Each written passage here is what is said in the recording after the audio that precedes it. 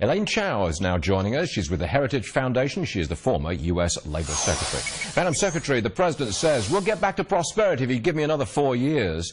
But I'm looking at the numbers today, and I see, 600,000 people came back into the workforce, but I don't think they found full-time work or high-paid jobs. You know the numbers better than I do. What's going on here? Well, these are not good numbers. I mean, the unemployment rate, as I mentioned, with the influx of new workers or return workers, has indeed ticked up to 7.9%.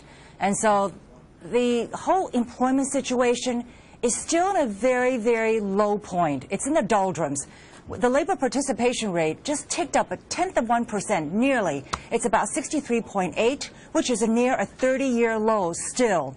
And 40% of those unemployed have been unemployed for more than 27 weeks. So this actually has been a very disappointing report. Now, there's been 171,000 net new jobs created this past month.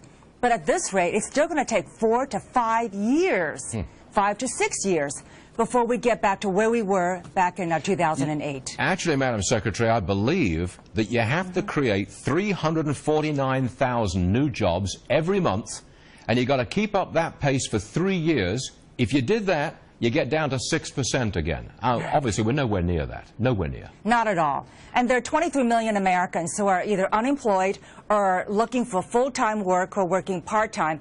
And if you count all those people, the unemployment rate, the labor underutilization rate is what it's called, is actually 14.6%. So the situation has not changed. It's not improved at all. And it's really discouraging. Yeah. Again, we're not seeing new jobs created. You mentioned the 345,000 or whatever number. Yep. Basically, you need about 200 to 250,000 net new jobs created every month just to keep even with population growth. We have a workforce of about 155 million. There are new entrants coming in. There are return workers coming in.